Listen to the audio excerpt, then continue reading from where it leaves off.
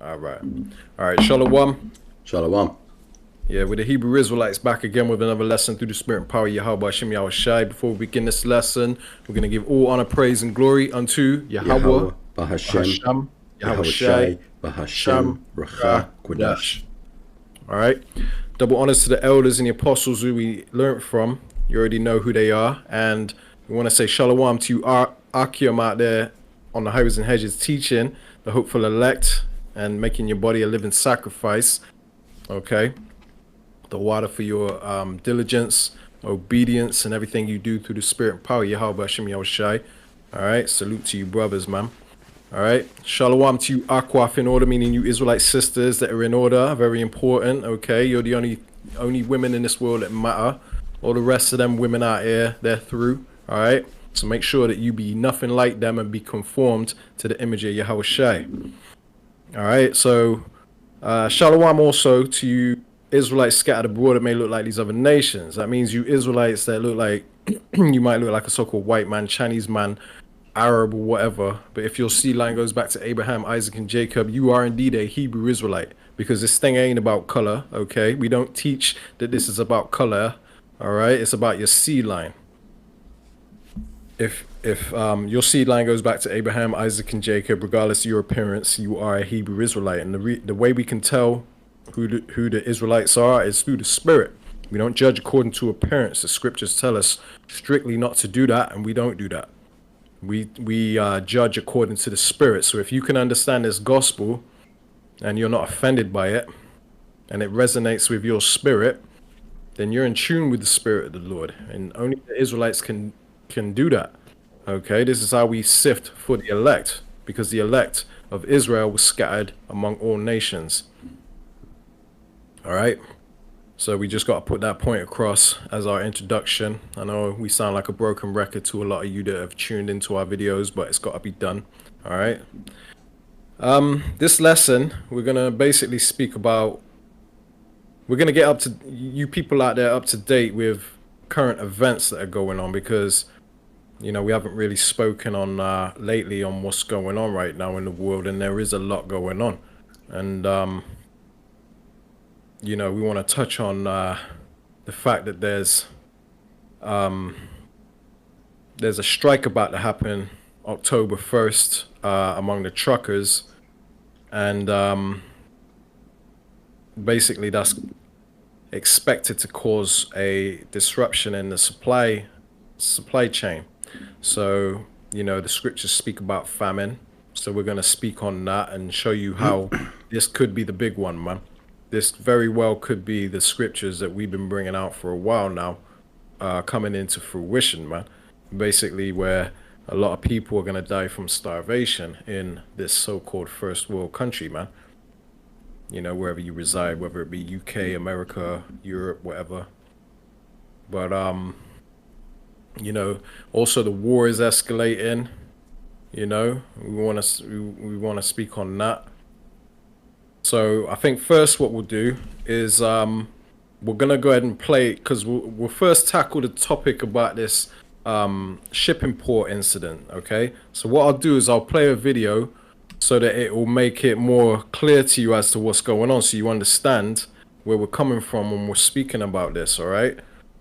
And then after the video is finished, then we'll speak on it, bring out a couple precepts, and then we'll move on to the next topic, because like I said, there's a lot going on, man. You got talk of a damn asteroid coming to Earth. Why is no one talking about how Earth is supposed to get a second moon at the end of this month, and it's gonna be visible all the way into the middle of November? And it's like they're just casually posting this shit left and right, and I'm lost. I need a nap. I thought seeing a second moon was gonna be normal, like we were just supposed to be like, oh, okay, great. No. What's even crazier is what this second moon is, and I don't understand how people are just like, looking the other way. Said I was lying to you? I wasn't. Earth will get a second mini moon for 2 months this year. Earth, like where we live? And then they go on to say that Earth will get a second moon for about 2 months this year when a small asteroid, just a small asteroid, begins to orbit our planet. The asteroid was discovered in August, yet they tell us now, revolving around Earth in a horseshoe shape for a month. And apparently the alert system for asteroid terrestrial impact was monitoring this alert that was actually funded by NASA. And they spotted this in South Africa. They've been tracking the asteroid's orbit for the last 21 days, and now they tell us. I don't know much about asteroids, but if it's orbiting for an entire month, like, should we, like, I know I'm gonna be looking up, but, like, should we be looking up? Should we be, I don't know, a little apprehensive throughout the day? Like, what the fuck does this mean? Tell me now. People saying it's Nibiru. They're saying it's a damn second moon and shit. So crazy. There's a lot going on, but hey, exciting times. Like I said, man, like we've been saying, you know what I mean? Like these prophecies are speeding up. There's a lot happening, and the whole world is gonna be full of confusion, not knowing what's going on. When us that know the truth of the Holy Bible, we have a sound mind, we're stable, we know what to expect, we know what's going on. We know ain't no damn second moon gonna come and collide with the earth and this and that, because the scriptures don't speak on that. So all these people that are left in the dark, that don't know what's going on because they don't cleave to the truth of the Bible, they're gonna be losing their minds during this time because they are not knowing the truth. Anyway, before I ramble on, man, let me go ahead and play this clip real quick. Bear with me. This is bigger than the Diddy distraction.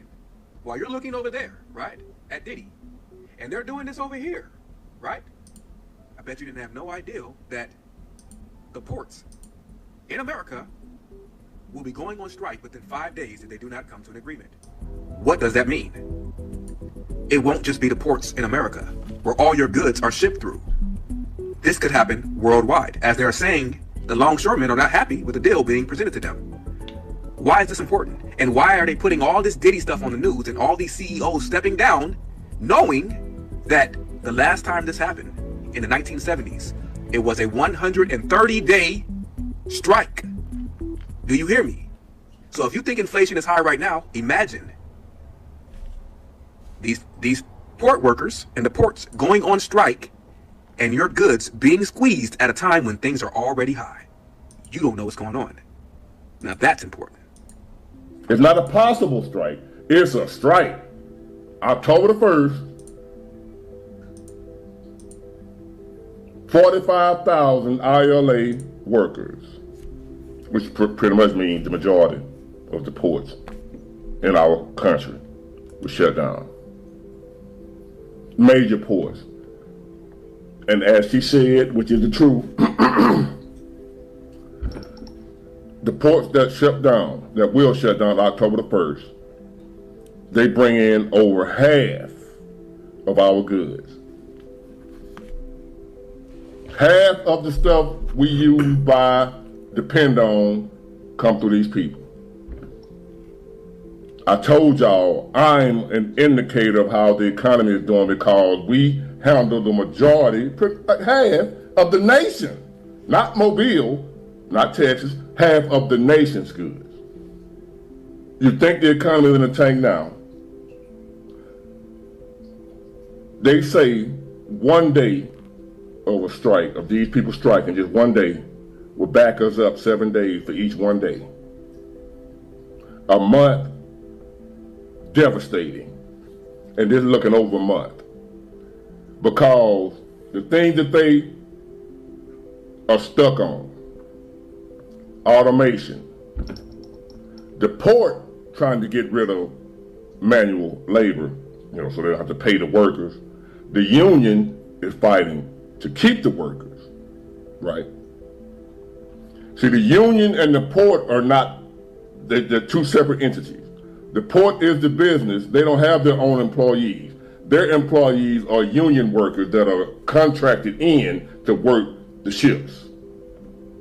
The people that own the port don't have workers. Everybody that works in the port are union, except for us, the drivers. All right. So the union and the port are not friends. They're not together. They're two different businesses on the same land. One needs the other. They need each other. So what the port is trying to do is get to a point where they don't need the union, right? to save money, the union costing them money. Like now they want a 77% raise. They're not gonna get that. You want almost 100% raise. So let's just put that in perspective. Say they already making like $40 an hour. They want to make $80 an hour. And us as the drivers, I'm gonna be honest with you, we ain't down with them, the union, cause they treat us like shit. So we don't give a damn if they don't get it, cause they cost us money. How they being? I told y'all how they the sorriest work. I ain't getting into their business. That's their business. But if it comes down to talking about the truck drivers, us siding with the union, no, we siding with the port, because the port trying to make it better for us when we can get in and out of there. See, the union workers are hurting our pay. They're concerned about their pay. And now they trying to get us to join in with them because we workers too. But now y'all ain't been down with us. Y'all been killing us, the trucker. We sitting up for hours. That's what the problem is about. That's why the port is trying to upgrade to automation, because the manpower, it keeps them backed up. They can't flow. We have lines backed up across the bridge trying to get in the port because the union is there on their phone. I'm sitting there looking at them waiting to get loaded. They on their phone and shit. But they want a 77% raise. The port say no. Y'all ain't worth it. And I agree with the port. But yeah, like I was trying to say, as you just saw in that video, all hell is about to break loose. SHIT is about to hit the fan, It's man. happening now. Get ready. Get everything that you need. It's starting now. The ports are going on strike. They already started, as you can see. These containers are starting to sit. A lot of them are empty, and they're not taking them back to the rail yards. It's starting now. So what you need to do is get as much supplies as you can. The strike gonna start in about 5 days. Should be starting on the 1st. 7 out of 10 of the major ports are going on strike. So I would suggest that you get prepared now. Don't wait until later. This is what we've got to deal with. This is what we're going through. They want order out of chaos. So as you can see, they're sitting, they're not moving. Not gonna go nowhere for a while. Get all your supplies. You need it now. These people today don't know what a strike is. When my men hit the streets, from Maine to Texas, every single port will lock down. You know what's gonna happen? I'll tell you. First week, be all over the news every night, boom, boom. Second week, guys who sell cars can't sell cars because the cars ain't coming in off the ships. They get laid off. Third week, malls start closing down. They can't get the goods from China. They can't sell clothes. They can't do this. Everything in the United States comes on a ship. They go out of business. Construction workers get laid off because the materials aren't coming in. The steel's not coming in. The lumber's not coming in. They lose their job.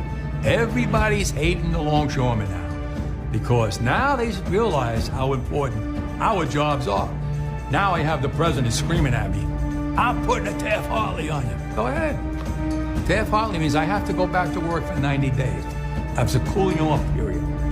Do you think when I go back for 90 days, those men are going to go to work on that pier? It's going to cost the companies money to pay their salaries. Well, they went from 30 moves an hour maybe to 8. They're going to be like this. Who's going to win here in the long run? You're better off sitting down and let's get a contract and let's move on with this world. And in today's world, I'll cripple you. I will cripple you, and you have no idea what that means. You know, and basically you got a war between the truckers and the union workers, and the union workers are expecting higher pay, you know, because of you know, the cost of living going up and stuff, basically, which is the crash of the US dollar. This is one of the domino effects you're seeing manifest before your eyes. Okay, that video was a pure example of basically Esau and his heavy debt, you know, and what happens when, as a result of that, So basically, the dollar is losing its value. So therefore, you know, cost of goods and stuff is going up, and people are wanting more money, man, for their work, for their labor. And you know, they understand, you know, what will happen when they go on strike. They say that, you know, one day of a strike will equal 7 days of what backlog of goods or something like that. So basically, it's going to have a devastating effect each day that they go on strike. And the reason they're going on strike is because the world is mourning right now because of the rulers of this earth. Scriptures say in Job 9:24, the earth is given into the hands of the wicked. So the people ruling the earth, the Bible has called them the wicked. And all this that's going on in the world is a result of their rulership. But yet, the accuser of the brethren, Esau the devil, is basically trying to point fingers at the Haitians eating cats and dogs and all this other little stuff, the Diddy the diddler and all that. You know, the whole world's basically locking into things that don't matter, man. Got them distracted talking about, you know, things that aren't going to directly affect your life, such as things like this. You know, the ports and all that, man, the port crisis. Those are things that matter, but people are looking in the elsewhere because that's what they put in your face. The media is a very powerful weapon against the minds of the people, man, because obviously Esau was blessed with a sword, and that's part of his sword. He weaponizes everything against you. Information, that's part of his weapon. So basically, he's got you distracted, thinking that other people are the problem. You know, oh, these little looters or these migrants, these little migrant gangs and this and that. When really that ain't nothing compared to what's really going on. Esau is losing his kingdom, man. Okay? And we've been saying that this is what's happening and what is going to happen and intensify. We've been saying this for the longest, man. This is what's really matters. This is what's serious. Esau's on his way out. His whole kingdom, his whole system, and anybody down with it is going down with him.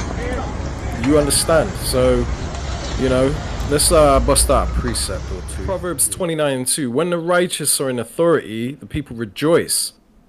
Is the world rejoicing right now? Hell no. You got people, these union workers are going on strike because of low pay.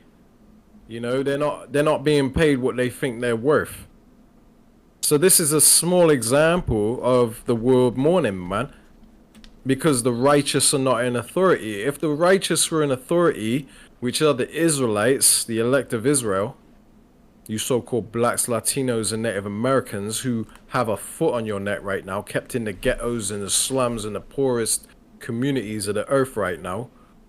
If you was in authority, the world would rejoice. It says, when the righteous are in authority, the people rejoice. Right now, they're not rejoicing, man. They're protesting. They're going on strike. Everyone's on social media complaining about the cost of living and this and that. All the wickedness going on in the world, the music industry, all of that, man. Spraying the skies, poisoning our water.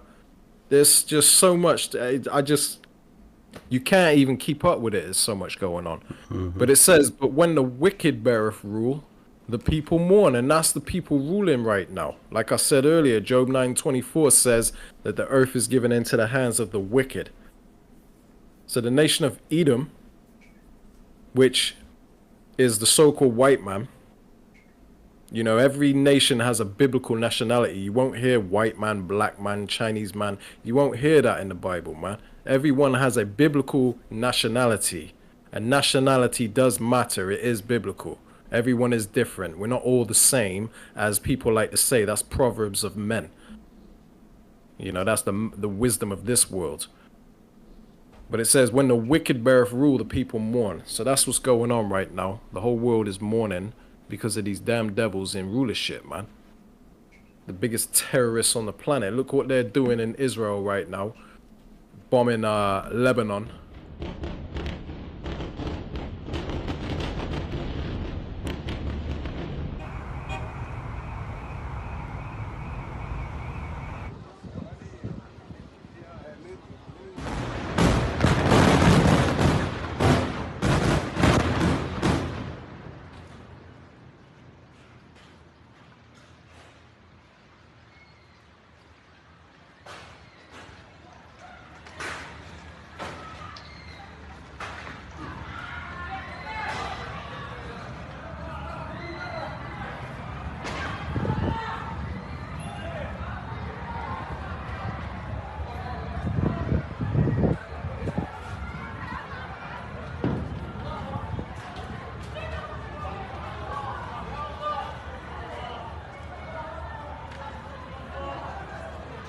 seconds, Israel flattened 6 to 7 residential buildings in a densely populated neighborhood in the suburb of Beirut today. Everyone all over the capital, Beirut, thought the strike happened in their neighborhood when they heard 10 extremely loud and intense explosions. Israel described it as a precise strike, yet it is one of the biggest single attacks that we've witnessed in our near history. In his speech at the UN today, Netanyahu said, Israel seeks peace. "What peace when you've killed 43,000 civilians in Gaza in 1 year and almost 2,000 civilians in Lebanon in a few days? We still don't have the number of casualties from today's terrorist attack on the suburb of Beirut, but a man at the site of the strike told a journalist that he saw dead children being put in ambulances. And it looks like Israel has yet again achieved its goal of killing possibly hundreds of people in a few seconds." Moments ago, the Israel Defense Forces carried out a precise strike on the central headquarters of the Hezbollah terror organization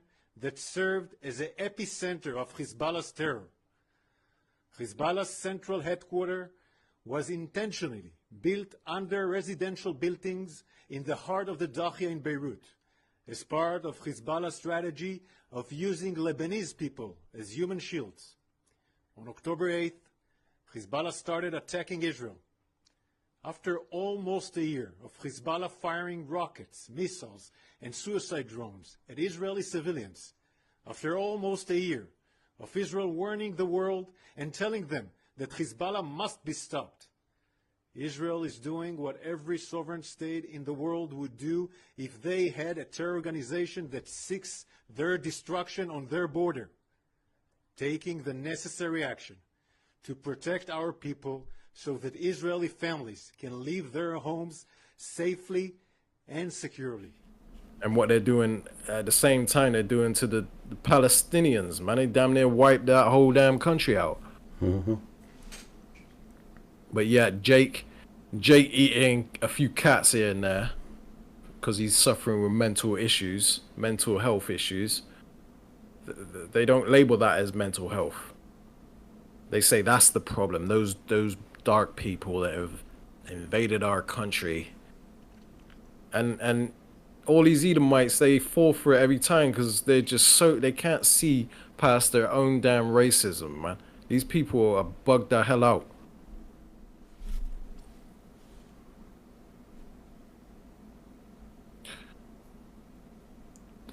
All right, I just want to bring this precept out real quick. This is Jeremiah chapter 6 and verse 10.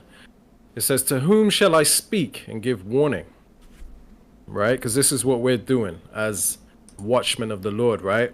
In these end times. We're basically keeping up with current events, getting nosediving and diving headfirst into these conflicts and things that are going on in the world right now. You know, some people like to block their ears and say, I'm not letting it steal my joy. You know, these bugged out Christians thinking that I ain't gonna let it take away from my peace. I've heard it all, man. These people are crazy. All right, if you ain't getting involved, you're not a man of the Lord. It says, "To whom shall I speak?" Right? And the Lord is speaking through his prophets, through his men, through the ones that are teaching on the highways and hedges, man. "To whom shall I speak and give warning?" Right? It says, "They that they may hear." It says, "Behold, their ear is uncircumcised, and they cannot hearken." And that's 2/3 of our people, man. They don't give a damn about what's really going on or what really matters. You know, they're too involved in what the Diddy the pervert, man. You know, like, who the hell cares about Diddy and what the hell he's up to? Who the care? What's that got to do with end time prophecy? What's that got to? How's that affect your life? And what can you do to do anything about what Diddy and other people like him are doing, man? That goes on like crazy in this world behind the scenes, but they want to put that in your face as a distraction. And it's also the accuser of the brethren trying to put our people as the face of the problem in this world. That's what it's about. So it says, "Behold, the word of Yahweh is unto them a reproach." they have no delight in it. So when we're bringing out this gospel, these people, they don't want nothing to do with it, man. They think that Bible is a book of fairy tales. Man wrote that book. They scoff and talk all kind of crap. And they actually believe that, you know, we're not the men of the Lord, that we're not sent, that we're just a bunch of angry niggas with Bibles that are using this as a way to just get back at the white man or whatever, man. The so-called white man. It ain't even, this ain't of our own works. We're in the end times. The Lord has sent prophets like he always does. Who the hell do you think those prophets are, man? You think it's them gutter rats in Israel right now that are committing genocide on a daily basis?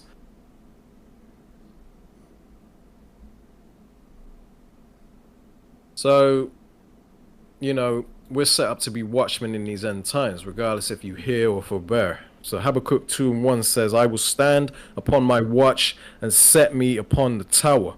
I will watch to see what he will say unto me and what I shall answer when I am reproved.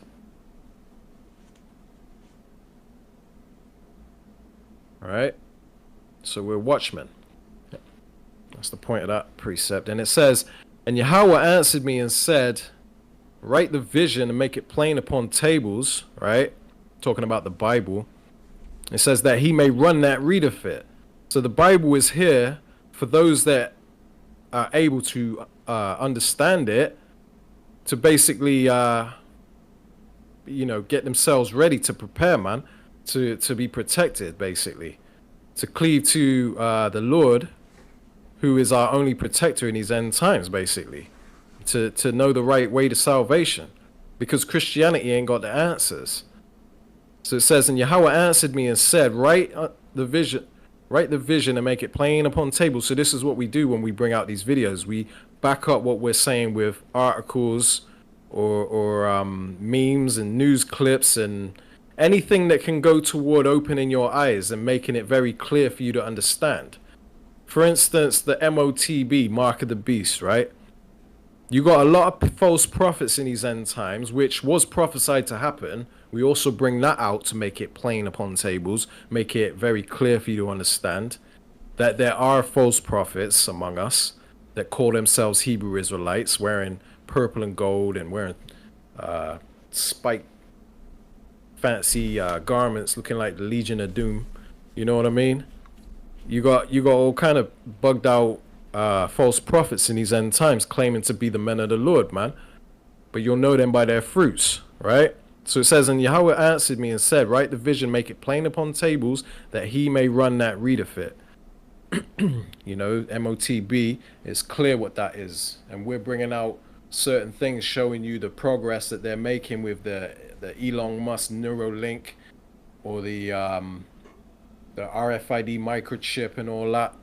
We're showing you that, hey, these are the things that are prophesied about. You know, this happening. We're making it plain for you to understand.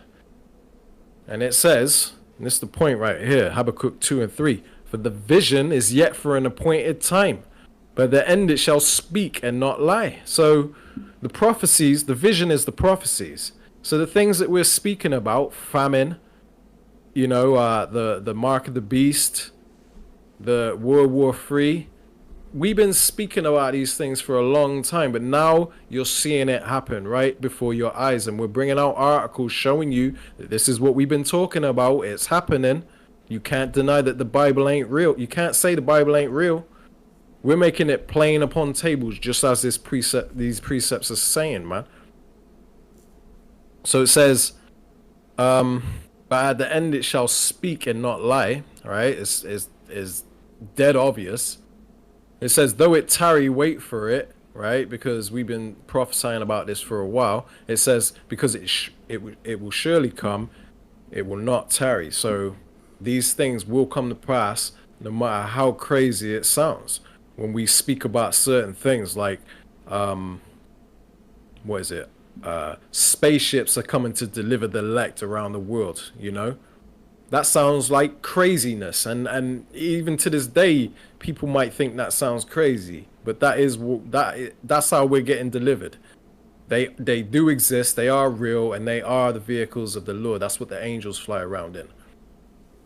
you know, and I'm just using that as an example, you know, because that is part of the vision, part of the prophecies that will surely come to pass, as this scripture says, man, and it won't tarry. I believe that's it. Yeah, I ain't reading no more of that. We're good. You got anything you want to bring out? Yeah, just to sort of get back on the topic of the ports strikes Yeah, and all that cut. other stuff. You know, again, you know, these are signs of the times. You know, in the scriptures, it sort of clearly explains and shows you that these are the times that we're coming into. You know, as my brother rightly so pointed out in the book of Habakkuk, you know, although we've been telling you that these things are going to come, yeah, it's taken a long time. Like when my brother mentioned that it's though it tarry, wait for it because it will surely come. Though it tarry, meaning it's taken a long time for it to happen. Don't take it because it hasn't happened yet that it ain't still gonna happen, right?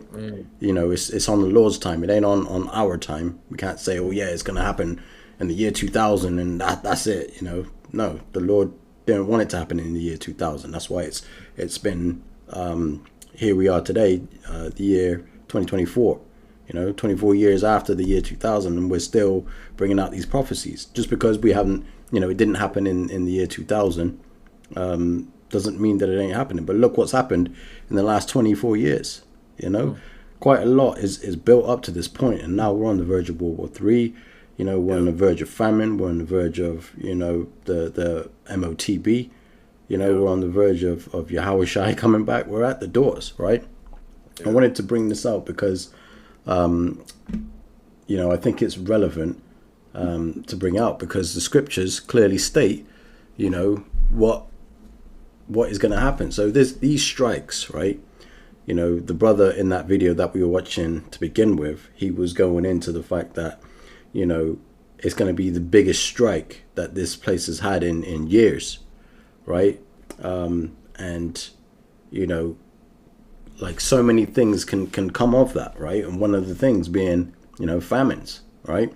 So when you look at the scriptures, right? This is the book of 2nd Ezra, chapter 6, verse 22. It says, and suddenly shall the sown places appear unsown. The full storehouses shall suddenly be found empty. I mean, you know, it was only recently that I had heard about the fact that there was about to be a strike on the 1st of October. I had no idea that this thing was coming up until obviously it blew up on social media, right? And, you know, that to me would be suddenly because, you know, October 1st, if they stop shipping, you know, supplies to the grocery stores, the shelves are going to be empty, right? Now, what makes it so beautiful about the scriptures, I came across this clip, right? It's just a short clip, right? That I came across on Twitter or X. But I'm going to share my screen and I'm going to show you what I mean. So let me just quickly share a video for you. Right? So this is a clip that I came across on X. And although this isn't anything to do with like, you know, the famines or anything like this, but this is happened in Beverly Hills, California. And this is a bunch of teenagers that bum rushed a shop, basically like 7-Eleven. Let me play this clip for you, Salakia.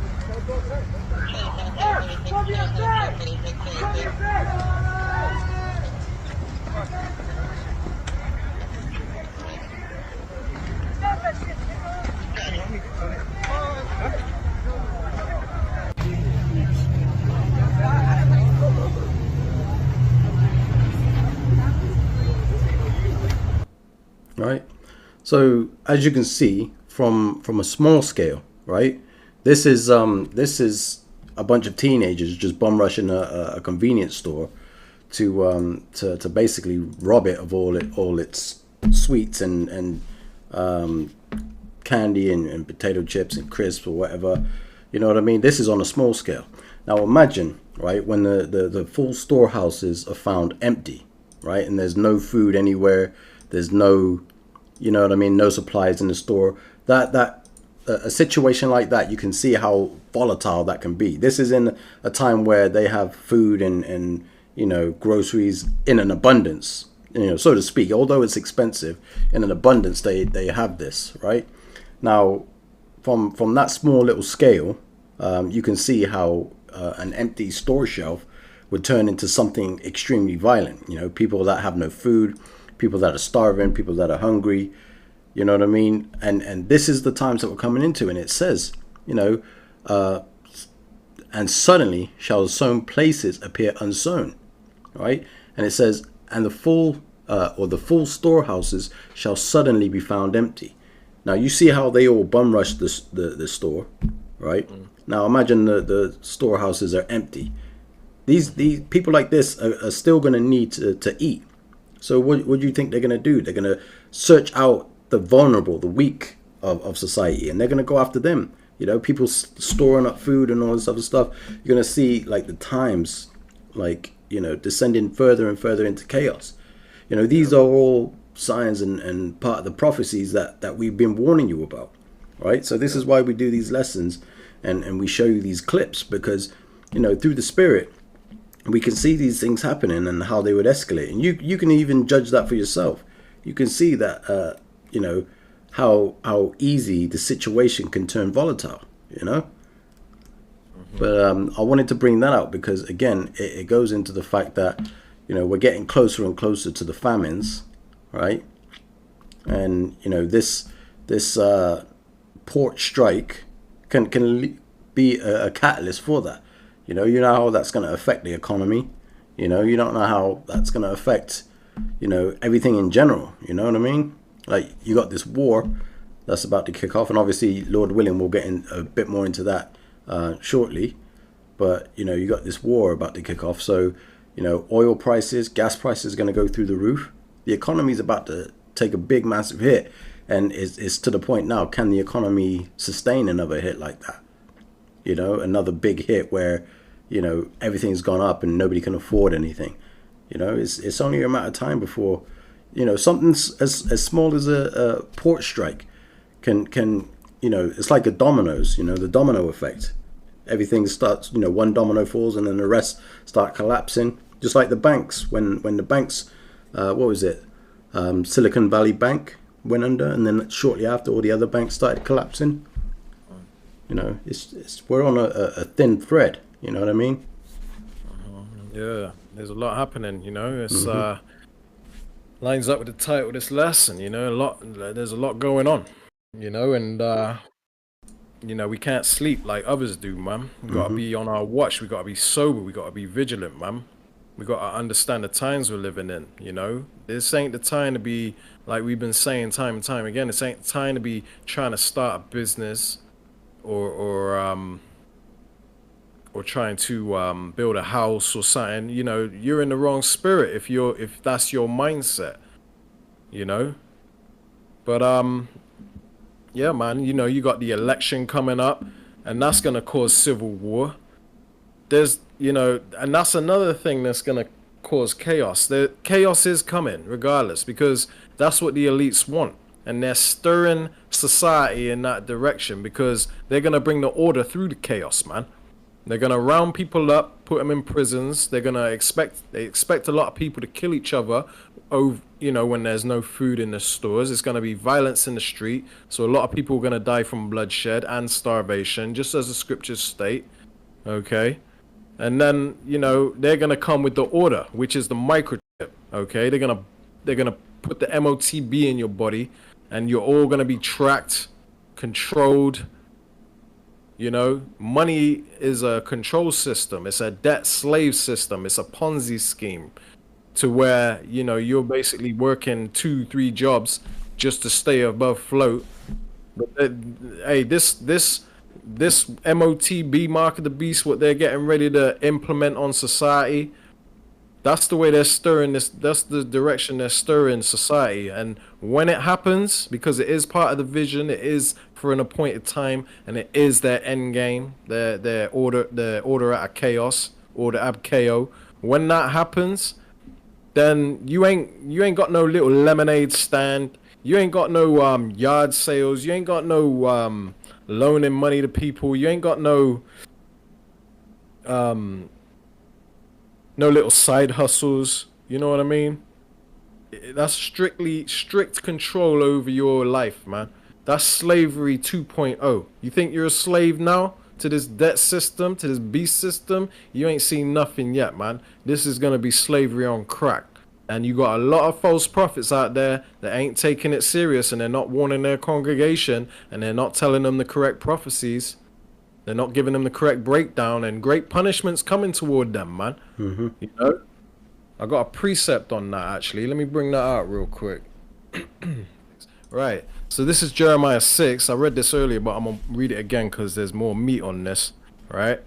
It says, to whom, Jeremiah 6 and 10, to whom shall I speak and give warning? They that may hear, or that they may hear. It says, behold, their ear is uncircumcised and they cannot hearken. Talking about 2/3 of our people, right? They don't care about what's really going on. They don't care about Yahweh Shem Yahushai and the truth. They don't care about the word of the Lord coming through the prophets. It says, behold, the word of Yahweh is unto them as a reproach. Unto them a reproach. They have no delight in it. So it says, therefore, I am full of the fury of Yahweh. I am weary with holding in. It says, I will pour it out upon the children abroad, and upon the assembly of young men together, for even the husband with the wife shall be taken, and the aged with him that is full of days. So great judgment is coming, man. It says, and their houses shall be turned unto others, with their fields and their wives together, for I will stretch out my hand upon the inhabitants of the land, saith the Lord Yahweh Shem Yahushai. It says, for from the least of them even to the greatest of them, every one is given to covetousness, and from the prophet even to the priest, every one dealeth falsely. And that's talking about you Christian pastors and the false prophets that call themselves Hebrew Israelites in these last days. The false ones, okay, not the real prophets. It's up to you to figure out who those are. So they're given to covetousness, you know, they're still down with the ways of this world, still talking about building and making money and about the vainglory and things that don't matter, man. Their mind ain't right. It says in Jeremiah 6 and 14, they have healed also the hurt of the daughter of my people, saying, slightly saying, peace, peace, when there is no peace. So these people think that there ain't, you know, you even got false prophets that are on record, on wax, talking about there ain't gonna be no time of Jacob's trouble, man. You know, they're saying that there's, you know, they're saying that we ain't in the last days. Don't worry about it. Everything's gonna be all right. They're not giving you the real message. They're not giving you the raw gospel. They're not warning their congregation, the sheep. They're leading you astray. They're blind and they're leading you astray, man.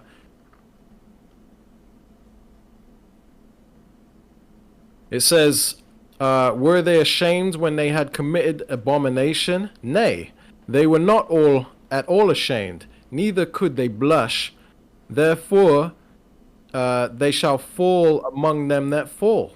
So basically, when we're telling you the right way to walk in this life, to get on the good side of the Lord, Yahweh Shem Yahushai, we're telling you not to use his name in vain by calling him Jesus. We're telling you to we're telling you the correct breakdowns, and the MOTB is coming, right? But what does it say here? Were they ashamed when they had committed abomination? You know, eating shrimp, crab, lobster? No, nay. They were not at all ashamed. It says, neither could they blush. Therefore, they shall fall among them that fall. So the ones that are getting judged, they're going to be among them. They're going to be partakers in the plagues that weren't originally meant for them. Well, it's meant for 2/3, but they weren't meant to be a part of the 2/3. But hey, this is what they wanted to be, man. Although it ain't really in their control, it is the will of the Lord that they are part of the 2/3. But you know, the Lord don't doesn't want anyone to really perish, but it's just the way it is, man. And 2/3 are not going to listen. And that's just the way it has to be. It says, at the time that I visit them, they shall be cast down, saith Yahweh. And that's coming soon during Jacob's trouble. So if this is the big one, October 1st, right before the election, coincidentally, okay, then you can expect between now and November 5th, which I believe is the date of the election, you can expect a lot of things to happen because they're in a state of desperation, man. Desperation. So it says in Jeremiah 6:16, thus saith Yahweh, stand ye in the ways and see, and ask for the old paths, where is the good way, and walk therein, and ye shall find rest for your souls. But you know, these people out here, they don't understand that we're the ones that are giving the word of the Lord. We're showing you the old paths. You know, we're telling you that you got to grow your beard, you got to eat, you can't eat unclean foods. You know, these are the old paths. We're telling you, and they say, no, that's the Old Testament. That's what they like to lean upon so that they can have an excuse to do wickedness, man. That was the Old Testament. That's the old God. You know, they don't really understand what they're talking about. But this is telling you, seek the old path. Let me read it again. Thus says Yahweh, stand ye in the ways and see, and ask for the old paths. Where is the good way? And walk therein, right? And ye shall find rest for your souls. And you're going to need rest for your souls in the days we're coming into.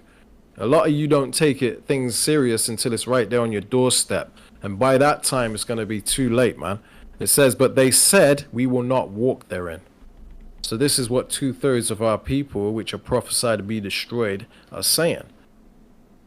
It says, also I set watchmen over you, which is us. Okay, and I'm not talking about just me and my brother here. I'm talking about the men of Great Millstone.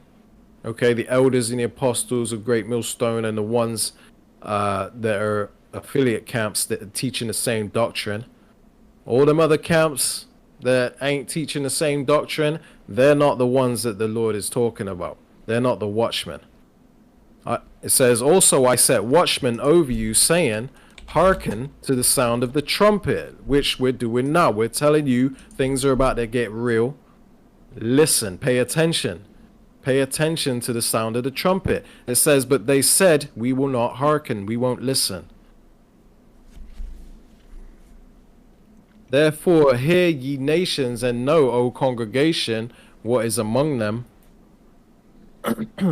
Hear, O earth, behold, I will bring evil upon this people, even the fruit of their thoughts, because they have not hearkened unto my words, nor unto my law, but rejected it, because they say the law is done away with. That was the Old Testament. You know? You got people bugged out, Yah Israelites, talking about,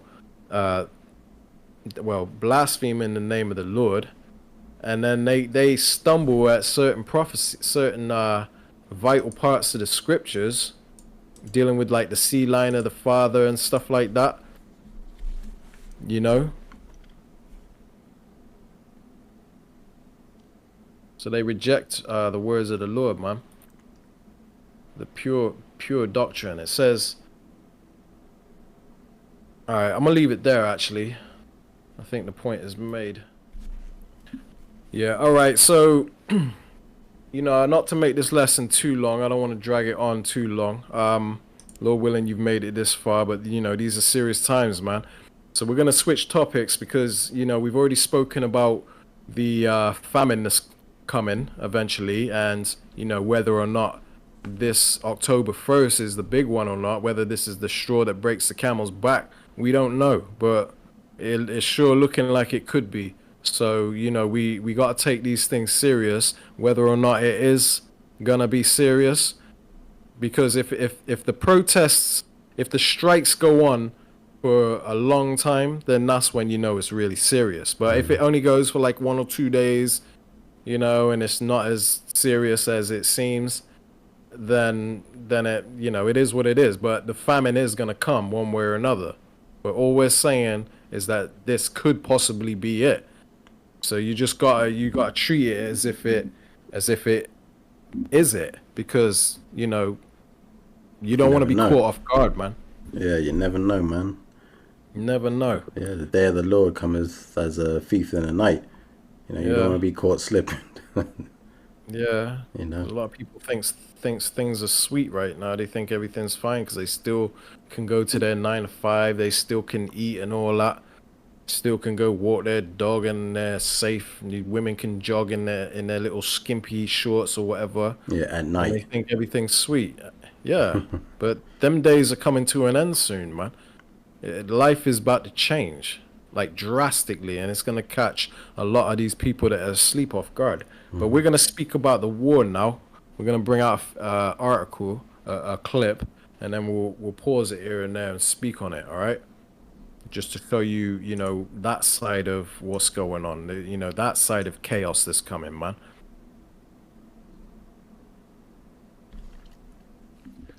All right, so what we're about to play is a clip, basically showing you the conflict going on in the Levant region in the Middle East, so-called Middle East, and you know, basically the Lord is putting the pieces in. The Lord is playing checkers, man. Basically, you know, He's getting these countries fighting each other, and you know, Israel is committing genocide or terrorism against Lebanon now, okay? And the whole world's starting to look at them sideways, man. Ladies and gentlemen, order.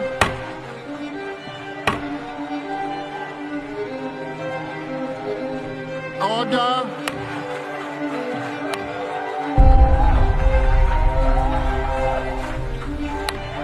Order, please. What we're seeing, ladies and gentlemen, a lot of people walking out of the General Assembly, and the moment in which Benjamin Netanyahu walked in to give his address, perhaps a sign, a bit of taking of the temperature as to how that session of the world body feels about his presence right now. I didn't intend to come here this year. My country is at war, fighting for its life. But after I heard the lies and slanders leveled at my country by many of the speakers at this podium, I decided to come here and set the record straight.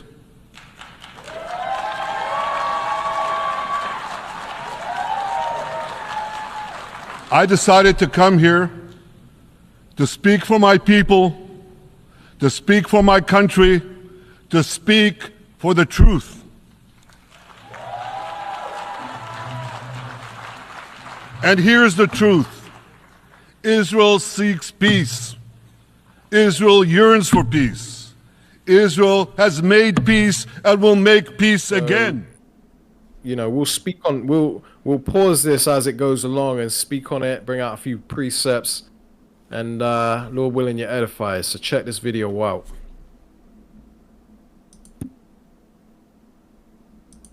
Mass exodus. You look to your right, you look to your left, smoke. These are Israeli airstrikes.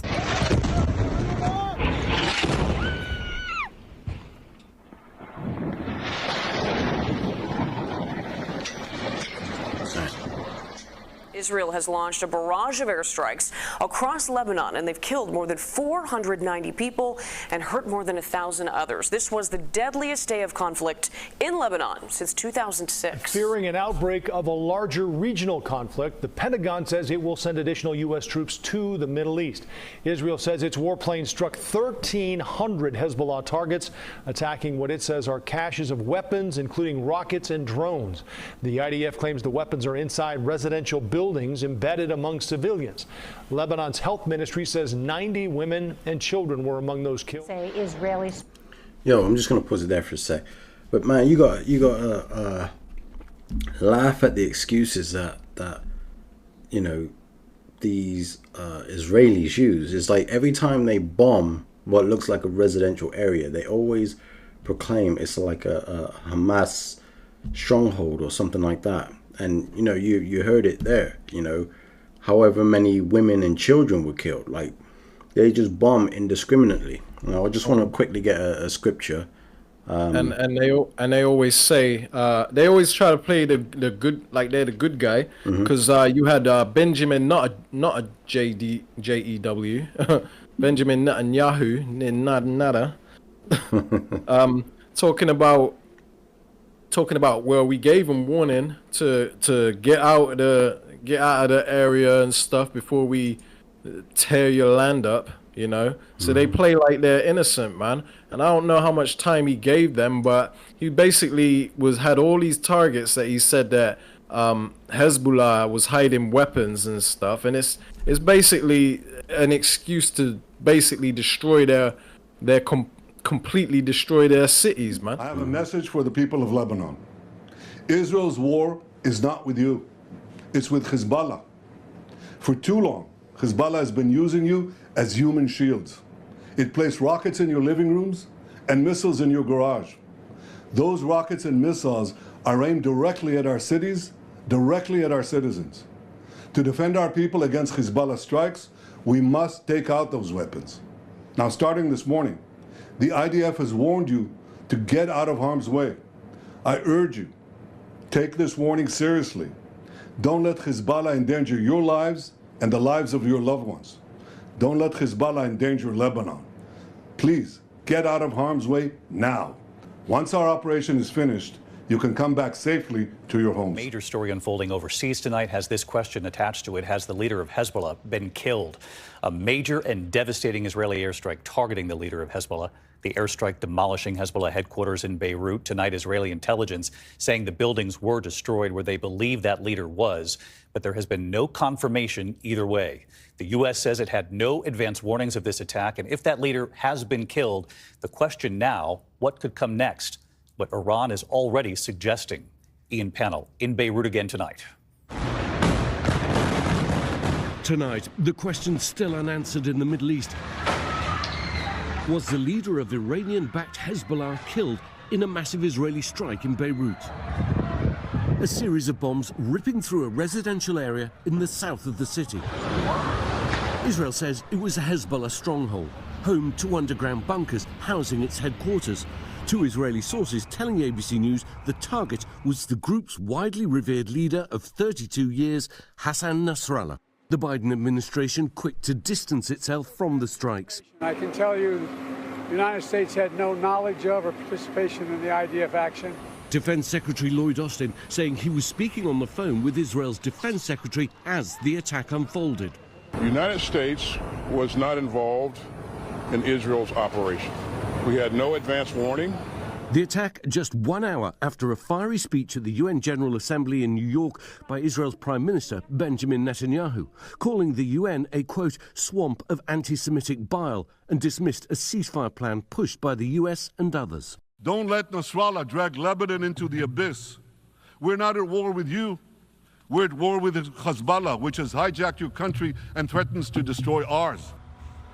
David, tonight Iran reacting. The embassy here saying the attack changes the rules of the game as Israel tells residents in parts of the city to urgently evacuate their homes, and more strikes are already underway tonight. David? Ian Panel in Beirut all week long for us. Yeah, man, and that's what I mean. Again, you know, like I say, like we say, and like-minded brothers who are bringing out this truth, when you see script like news stories or articles like this, you can quite literally go to the scriptures and sort of line it up. So the scripture that I wanted to bring out, this is in the book of Joel, chapter 3, and we'll start at verse 9. And it reads, "Proclaim ye this among the Gentiles, prepare war. Wake up the mighty men, let all the men of war draw near, let them come up." Now, the fact that Israel is bombing Lebanon, you don't think they're just going to sit there like the Gaza and not respond to that. You know, there's obviously plans in the work where they potentially will strike back, you know, and you know, the Israelis are going to, you know, face being bombed. Obviously, they got the Iron Dome, which the Iron Dome is a missile system that shoots down any missiles or incoming objects into the nation of Israel. This is one of the craziest maneuvering missile videos I've ever seen. Extremely high G. Going backwards. intercepting the target.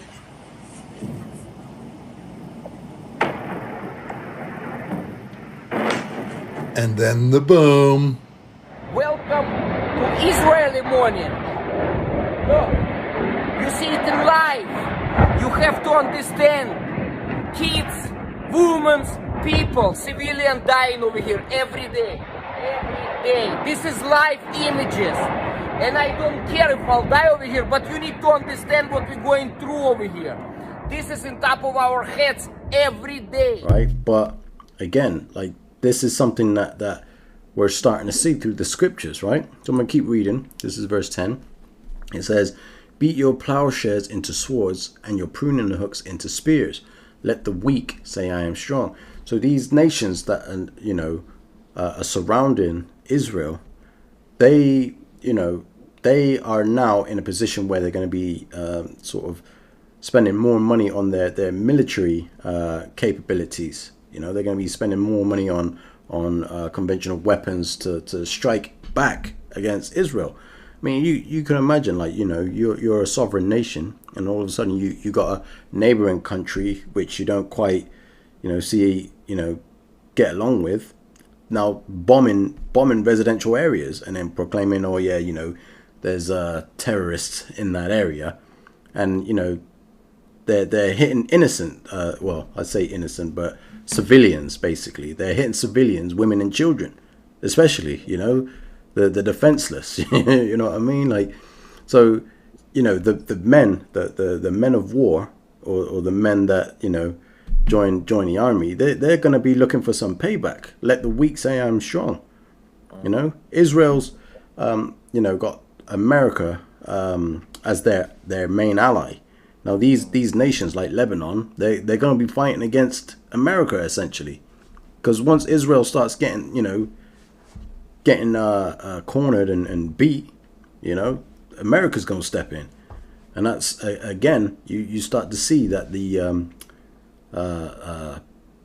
prophecies coming to pass. You know what I mean? Yeah. Verse 11 says, "Assemble yourselves and come, all ye heathen, and gather yourselves together round about thither, cause thy mighty ones come down, O Yahweh." It says, "Let the heathen be wakened and come up to the valley of Jehoshaphat, or Yahweh Shaphat, for there will I sit to judge all the heathen round about." Now, this is what we're talking about, that Levant region. Keep your eyes on the Levant region, because once it starts getting hot, it's just going to keep boiling over, man. Like you see, you've got, what is it? Israel was bombing Gaza, and now it's bombing Lebanon. Iran's probably going to step in. Yemen's probably going to step in. Turkey may even throw a punch or two, maybe. Who knows? Turkey looking to join the BRICS nation anyway, and get away from NATO. I'm going to keep reading, because I think the point is, I think, yeah, I'll just read this last scripture and just leave it there. It says, "Put ye in the," this is verse 13, "Put ye in the sickle, for the harvest is ripe. Come get you down, for the press is full. The fats overflow, for their wickedness is great." So again, this is the time where the great harvest is coming. I think we've brought this scripture out in other videos that we've done, and it's getting to that point now where it's about to be judgment time for all the heathen. They're all about to be judged, right, because of the wickedness that they portray in the world. My brother brought out the scripture, Job 9:24. The earth is given into the hand of the wicked. The wicked are these Edomites, this Edomite structure. And who is the grandson of Esau Edom? You got the Amalekites, the people of Israel. This is who it's referring to. And all the heathen, they're all about to be judged, and they're being brought to that region. So Israel, fighting a front from the Gaza, they're fighting a front from Lebanon. Soon Iran might get involved, Yemen might get involved. If all those countries are ganging up on Israel, do you think America's going to stand by and allow that to happen? You know, you heard in the report that Gaza, or no, Israel is looking to get boots on the ground in Lebanon, right? You know, who's to say that America won't get boots on the ground over there? Then it really starts to heat up, because now Russia's going to get involved. You know what I mean? And then China, you know, it's just going to keep spiraling out of control until obviously that day. Then and this is what we're saying. It's in the scriptures. We're bringing it out in the scriptures and showing you that this is coming. Yeah, I got a scripture. Yeah, come on. Because you know, Israel is going to drag everyone into this war, man. And it's not going to end well for Israel. So this is Jeremiah 50 and verse 45. You got it up, yeah?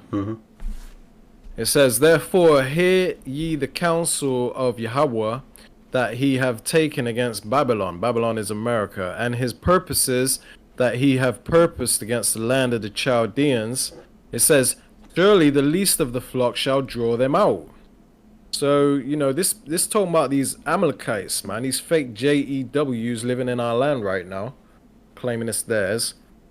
You know, they're basically starting a whole bunch of shit, man, in different countries, you know. The whole world is pissed off at them because of what they're doing in Palestine. And now what they're doing in Lebanon, that's gonna rouse people up even more. So all these different nations are gonna end up putting their focus on Israel, man, and America, because America's gonna have to back up their homeboy, man. It says, "Surely the least of the flock shall draw them out. Surely he shall make their habitation desolate with them." So this is prophesied. This is prophecy, biblical prophecy right here, letting you know that Israel is going to be wiped off the map. Okay, the Lord is going to clean these damn gutter rats out that land, man. And he has to before he puts us back in it. You know, the Lord is getting ready to clean them out of our land and put us in it. All right, so let me just back that up with another precept. The book of Numbers, chapter 24, start at 18. It says, "And Edom shall be a possession," right? Edom is the Edomites, which is the so-called white man, right? They're going into slavery. They're going to be our possession when we take hold of this earth, because these devils are going to kill each other with their nukes. And then the rest of them that remain, that go into their bunkers, and the other people throughout the different countries that don't get nuked up, they're going into slavery. So Edom shall be a possession. We're going to own them. It says Seir also shall be a possession for his enemies, which is talking about the same people, because Esau dwelt in Mount Seir. So it's basically talking about the Edomites. It says, "And Israel shall do valiantly," and it ain't talking about these gutter rats, these fake JEWs. It's talking about the real Israel, the so-called blacks, Latinos, and Native Americans. We're going to do valiantly, meaning we're going to rule them with an iron rod, man, and put our foot up their ass. It says, "Out of Jacob shall come he that shall have dominion, and shall destroy him that remaineth of the city. And when he looked on Amalek," these fake JEWs in that land that are committing genocide right now, Netanyahu and all them, "and when he looked on Amalek, he took up his parable and said, Amalek was the first of the nations, but his latter end shall be that he perish forever." So the Lord is getting ready to, and it's all set in motion right now. This is why World War III is happening, because this prophecy is going to come to pass before long, man. So the whole world is getting ready to turn on these gutter rats that are committing genocide in Palestine and in Lebanon and all that. This is the start of their end, and they don't even know it. These people don't even realize that they think that they're fulfilling prophecy. They're the men of the Lord and this and that. The Lord is dealing with them when they are the epitome of evil on the earth, man. They're the reason for every problem in this earth. They own the banking industry. They own everything. Job 9:24 said the earth was given into the hand of the wicked. This is the wicked that it's talking about. These fake JEWs, man. And I have to spell it because if I said the word, they will cancel me, showing you how much power these people have because they own everything. The earth's given to them. So his latter end is that he's going to perish forever, right? Let me see if there's any more meat on that. I think that's it, though. Yeah. Right? Now, I just want to bring out another a quick precept to back that up. Job 20 and 5. It says, or let me start at 4. It says in Job 20 and 4, knowest thou not this of old, since man was placed upon earth, that the triumphing of the wicked is short, right? The wicked, these gutter rats in our land right now committing genocide all over the earth. It says that because it seems like they're triumphing. These people have damn near wiped out the Palestinians. They're killing loads of them they're killing loads of the people in Lebanon. You know what I mean? They're damn near wiping them out. So it looks like they're winning. You know, they had the pager attack, the terrorist attack they committed with the pagers. Yeah, So, I don't even think they're well, actually, I think they have air superiority over Lebanon as well. That's why they're dropping bombs and they're not being like sort of blown out the sky. You know what I mean? Yeah. So it looks like they're triumphant. Yeah, like they're winning. Yeah, like they're winning. So it says, and that the triumphing of the wicked is short. So they're only triumphing for a short time. You know, it says, and the joy of the hypocrite, but for a moment. It says, though his excellency mount up to the heavens, and his head reach unto the clouds. Right? They're all on their high horse, thinking that hey, nobody can stop us. You know what I mean? They think they're the best shit. army in the world. We got the Iron Dome. We got the backing of America. We got we got state-of-the-art weapons. It's all here in the scriptures. We're reading it. It says, yet shall he perish forever like his own dung. A precept to what I just brought out, man, because these people are going into extinction. The Lord is going to get rid of them like the turd they are, man. Like he's going to perish forever like his own dung. It says, they which have seen him shall say, where is he? And this is the outcome of these gutter rats that are committing genocide, man. This is the happy ending. This is the gospel. This is the good news. Okay, this is what Christianity is scared to bring out, because for one, they don't understand it, and for two, when we bring it out, they say we're reading this out of context. Yeah, we'll see in the near future. We're going to see who's right, who had the truth. So in the end, it says, yet he shall perish forever like his own dung. They which have seen him shall say, where is he? Because he's going to be out of here, man. Yeah, there's more meat on that. Job 20 and 8. He shall fly away as a dream, and shall not be found. Yeah, he shall be chased away as a vision of the night. You know? And it's a beautiful ending, man, because these people are getting ready to be chased out of the earth, man. Just like we ran them off to the caves. Back in the days, we ran them off to the Caucasus Mountains, hence the reason why they're called so-called Caucasians. Right? We're going to chase them out the world next. It says, the eye also which saw him shall see him no more. So the people that have always... Alright, so this is Job 20 and 9. It says, the eye also which saw him shall see him no more. Neither shall his place withhold any more behold him. Okay, so meaning his authority over the world, his rulership. You really think this man is going to run this earth into the ground, create nuclear weapons, start wars all the damn time, commit genocide, okay? All this stuff he's done in the earth, man. Make everybody miserable working 2-3 jobs and still can't make ends meet. You really think he's going to get away with that and ride off into the sunset? You think he's gonna fulfill his NWO agenda and get away with it? Come on, man. If there is a Most High, which we all know it is, well, us in the congregation of the living know that there is. You know, if there is a Most High, you think he ain't gonna intervene and step in? You think he's gonna let this man get away with this? You're crazy, man. Divine intervention is going to happen. The Lord is going to step in. There is a happy ending, and this is what we're getting ready to see, man. But a lot of people are blind, too blind to see it. So let's just play the rest of that video. Yeah. And then we'll wrap it up, man, because this has gone on quite long. More than 1,600 wounded. This is a dramatic escalation. Will this spill into a full-on regional war, a full-on ground war? I think that depends on what Hezbollah does over the next several days. But we're certainly seeing an escalation here, and a war between Hezbollah and Israel is underway, without a doubt. Understand that the people backing Hezbollah are in fact the Iranians. So this is a fight between good and evil, and between Israel and Iran. A Hezbollah official says the militant group has entered a new stage of open-ended warfare. Yeah, you see, Israel and Hezbollah. You see how they're trying to incorporate Iran into that mix. Yeah, and how they're trying to make it look like it's a war between good and evil, and that Iran is the evil one, and they're the good ones. Yep, killing kids, bombing kids and women, Yeah. They're the good guys.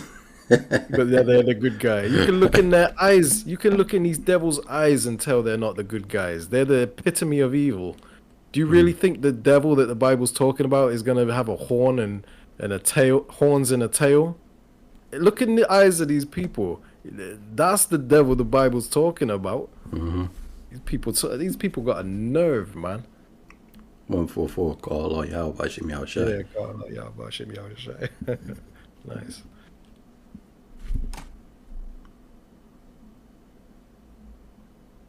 Hezbollah are old enemies. Tonight they're in a new war, and the people of Lebanon are caught in the middle. The strikes came in waves, one after another. You can see smoke billowing into the air from multiple blasts. The Israeli military warning residents to immediately evacuate homes and other buildings where they say Hezbollah weapons are located. Israel accuses Hezbollah of storing weaponry in neighborhoods and deliberately endangering civilians. Now, starting this morning, the IDF has warned you to get out of harm's way. I urge you, take this warning seriously. Don't let Hezbollah endanger your lives and the lives of your loved ones. Don't let Hezbollah endanger Lebanon. This is what I was saying earlier. Like that's the excuse they use every time they bomb innocent. I keep saying innocent, but you get what I'm saying. Like it's like the civilians. Like he keeps bombing the civilians, and he's like, yeah, Hezbollah. They got where. Look how they did an animation. Like how the hell they get a bomb that size in a friggin' residential area? You know what I mean? Like. It's like a damn ICBM just chilling in somebody's living room. Esau is nothing but a filthy ass liar. That's all they know how to do. They don't rule this world in honesty and transparency. It's all in lies and deception. Look in this guy's eyes, man. Can you trust a man like that? Look at this devil. That's the devil that the Bible's talking about. Ain't some fictional character with red horns and a tail. You know what I mean? This is what the Bible's talking about, but it's only for the wise to consider, man. These people are evil as hell. Please, get out of harm's way now. Southern Lebanon awoke to this. It looks like all-out war. A special state of emergency has just been declared in Israel after days of intense fighting. This follows an Israeli strike in southern Beirut Friday, which killed a top Hezbollah commander. You see that bomb? A lot of people are saying it was like a tactical nuke, but I reckon that was a Moab. They dropped a Moab and caused them ripples to go through the atmosphere. Mother of all bombs. Mother of all bombs, or MOAB, is a powerful non-nuclear bomb developed by the United States military. It is the largest non-nuclear bomb ever used in combat, weighing over 21,000 pounds and containing 18,000 pounds of explosives. The MOAB is designed to create a massive blast radius and destroy underground targets, such as tunnels and bunkers. It is detonated in midair, creating a shockwave that can penetrate even heavily reinforced structures. The MOAB was first used by the United States military in 2017 against ISIS targets in Afghanistan. The bomb was praised for its effectiveness in destroying underground tunnels and caves, but also drew criticism for its destructive power and potential civilian casualties. Despite its controversial use, the MOAB remains a formidable weapon in the United States military's arsenal. I would have thought it would have done more devastation than that, though. A Moab. I mean, Those are a like- tactical nuke, I would have thought, man, that would have been like serious. You know, a nuke. A nuke is like the powerful weapons that melt elements and shit. But they're more powerful than Hiroshima now, man. yeah, but if you look at the Moab, or mother of all bombs, like I think they did a video in Afghanistan where they dropped one, and I think there, you know, you can see it gave like a similar style explosion. That's why I think it might have been a Moab that they dropped as opposed to a tactical nuke. But still, man, that's crazy. Look at the destruction.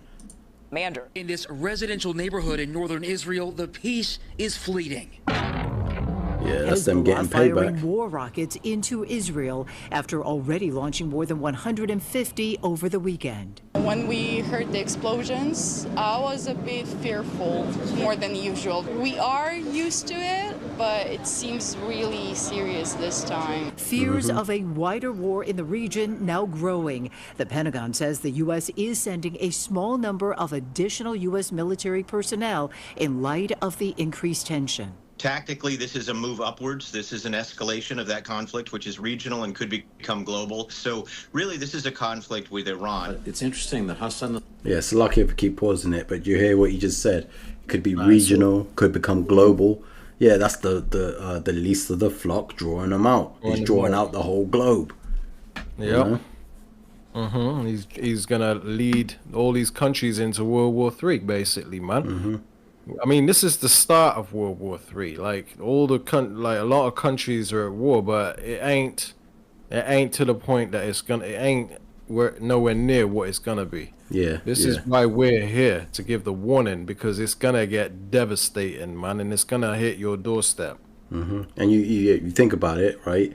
You know, they're all gathering in that region because they're all going to be flocking there to defend Israel from the surrounding enemies.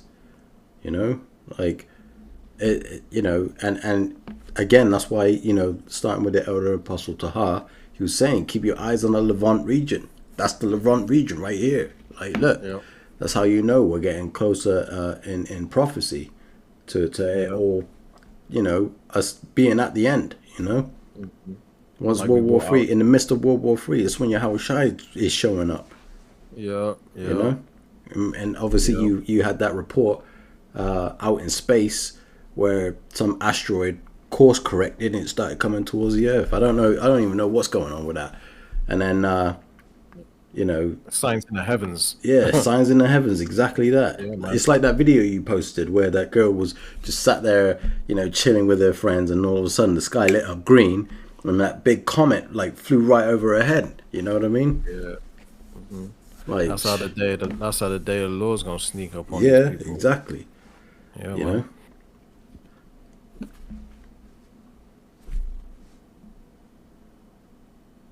Nasrallah, the head of Hezbollah, today was taunting Israel to invade. Go ahead, invade, because he knows that in many ways that would be a trap. I think we're already in a wider war, and we have already been in a wider war for a year. There have been attempts to contain it. But as David was saying, once you start a war, and once you start exchanging fire with a group like Hezbollah, where does it end? Iran has already warned of, quote, dangerous consequences for what it called Israel's adventurism into Lebanon. Plus, as you mentioned, the West Bank, where there is a very large and growing problem with the Palestinians who are increasingly leaning toward Hamas, who feel that the settlers in that part of the country are taking advantage of this situation to steal Palestinian land. You have Iran. I love how they use the word settlers, man. Like it's so innocent. Yeah. Colonizers, yeah? Yeah, Thieves. keep it real. Yeah, keep it real. Say it how it is. These devils love to use. They got a forked tongue. They love to use slick words, man, to sugarcoat their wickedness. These people are just they gotta go, man. Yeah, because I just like, just based on what you were saying, like this guy here was saying, oh yeah, they've been at war for the last year. It reminded me that obviously when Gaza did that strike on Israel or whatever, when they invaded Israel, that was around the 7th of October. So October's going to be a hectic month. You got the strike on the 1st. The 7th of October would be the anniversary of when Israel probably going to have something, and I wouldn't be surprised if Lebanon had a surprise for them on October 7th. Yeah. Like, yeah, you thought it was bad Anniversary gift. with Gaza. Look at what we're going to do to you. Yeah. you know what I mean? I wouldn't be surprised, man. They're probably going to be on high alert on that day, man. That'll be like their 9/11. You know what I mean? Let's hope so.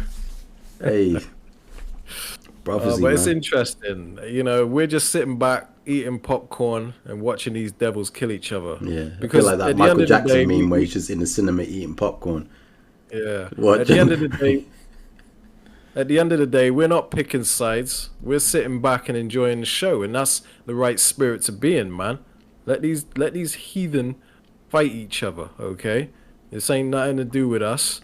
This is just the Lord cleaning up things so that we can take our planet back.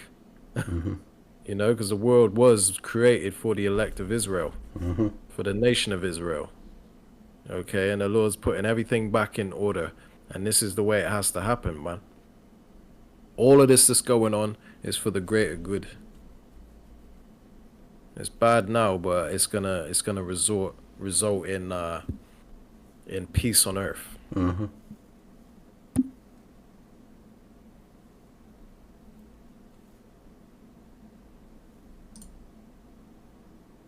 That is escalate very quickly into many fronts. Derek, this conflict will certainly be a major topic at the UN General Assembly this week. Absolutely. And on Thursday, I can tell you that Israeli Prime Minister Benjamin Netanyahu is set to speak here in New York. President Biden's scheduled to be here on Tuesday. The speech is happening at a precarious moment.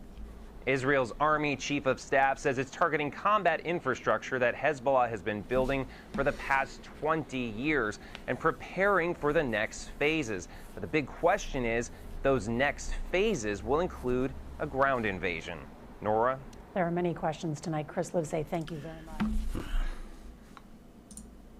Man, that's going to be crazy, man. Yeah. Hey, it's getting interesting. All we could do is sit back, crack the popcorn, get your soda, your drink or whatever. Just enjoy the show. Yeah, nice glass of wine. Just nice. Yeah, watch the Lord's movie, man. No, this is the best bit. Hey, check this scene out here. This is the best bit we're coming into now. Yeah, because you never know what can happen, man. Like every day we wake up is something new. It's beautiful times we're living in. The Lord is sticking the knife in slow.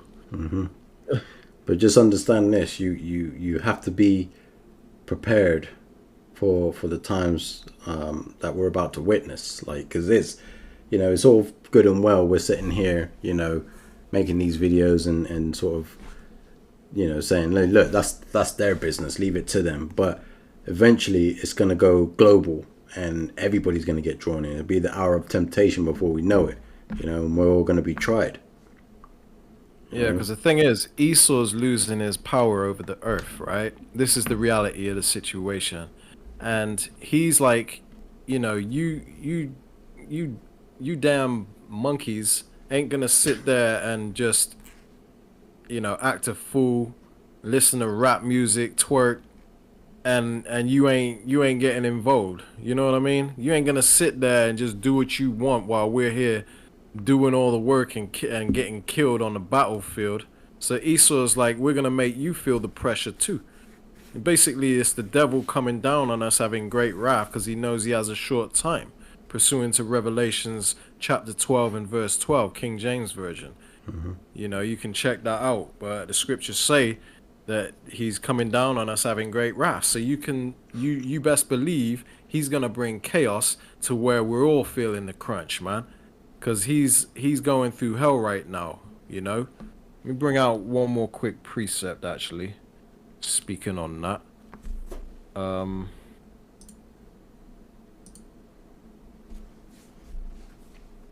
have I done?